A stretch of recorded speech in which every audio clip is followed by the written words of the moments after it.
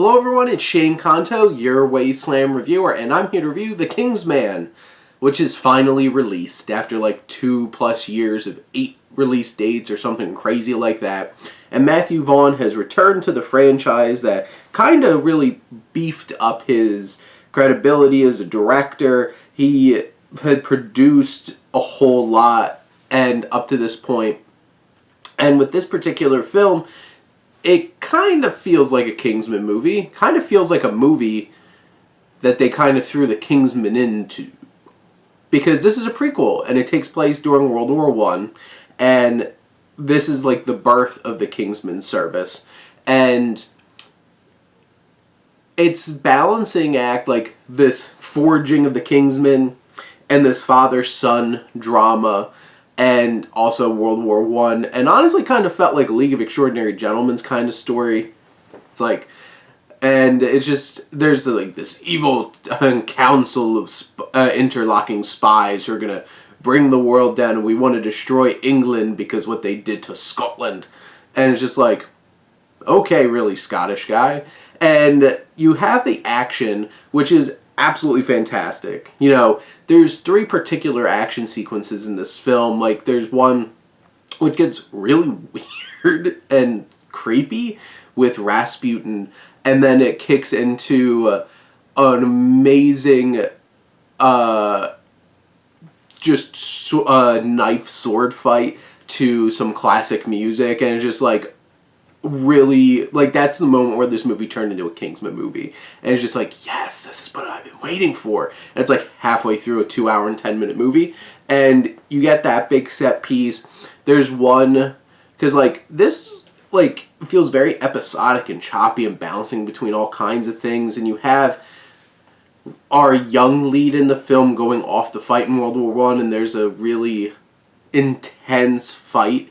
And, like, it has the violence and gore of a Matthew Vaughn scene, but, like, it feels like it's in a different movie. It feels like it's supposed to be a lot more serious than this over-the-top campy ridiculousness. And that's one of the biggest issues in this film.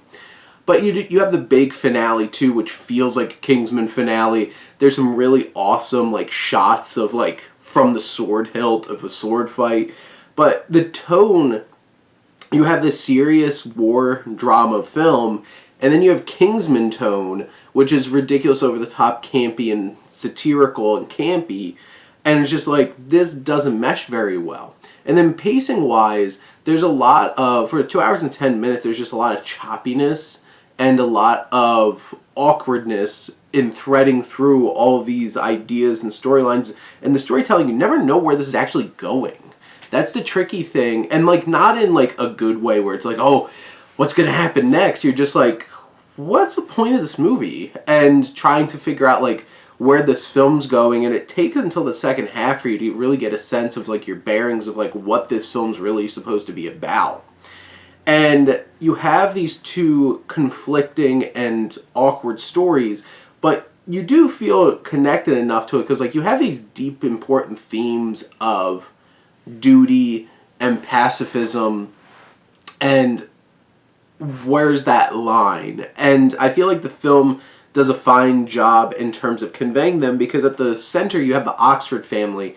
That's like the dawn of the Kingsman. You have Ralph Fiennes' character, Orlando Oxford, and his son Conrad, played by Harris Dickinson, and they have a lot of conflict because like there's a couple of things that happen in this movie, like twists, that you're just like, honestly, the biggest one I saw like within the first 20 minutes, I'm like, I don't trust this person. And it's just like, but the thing is, it's like, at the very beginning, you know something bad's going to happen, and that sets up the rest of the movie of this conflict between father and son. Son wants to fight for his country. Father's like, I promised your mother.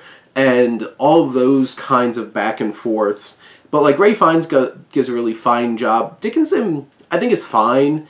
He's no Taron Egerton. He's not as charismatic in that lead. And like, you know, it's a Kingsman movie. You kind of feel like they're just replacing Eggsy and Harry. And like, Colin Firth and Ralph Fiennes both do fantastic jobs in these movies. But like, Dickinson, I don't think really captures the same kind of spark that Taron Egerton did.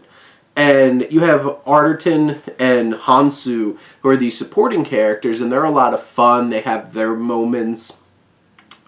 Rhys Ifans, who is Rasputin, is absurd. Like, he's going to 11, and you could even tell from the trailer, and he just a crazy fun time, and I just enjoyed every second he's on screen. Also got really uncomfortable every time he's on screen. It's a weird tightrope that you're walking. And then you have Tom Hollander playing the three cousins, ruling all these countries, and like, he's definitely having some fun. Charles Dance, I think, gives a really fine performance in the film as like an elder statesman of the British military. Matthew Goode's in it. Aaron Taylor Johnson's in it. And you have quite a bit of different people in this film. And you know what? It doesn't quite feel like a Kingsman movie fully until like the very end, where you're just like, we're starting the Kingsman. But like, there was still a lot to enjoy in it, and I still enjoyed it, and I thought that it was a fine film. Like, I'm not going to go running around being like, you need to see this, like I did when the first Kingsman, The Secret Service, came out. I still think I'd probably watch Golden Circle more because it's more fun. And this movie, like, it has serviceable enough heart and core to it, but it just feels like it's not quite sure exactly what it wants to be. But when it gets into it, it's a lot of fun, and I enjoyed it. But those are my thoughts on The Kingsman. Let me know what you think, and let's talk some movies. But thank you as always for tuning in and supporting your Wasteland reviewer.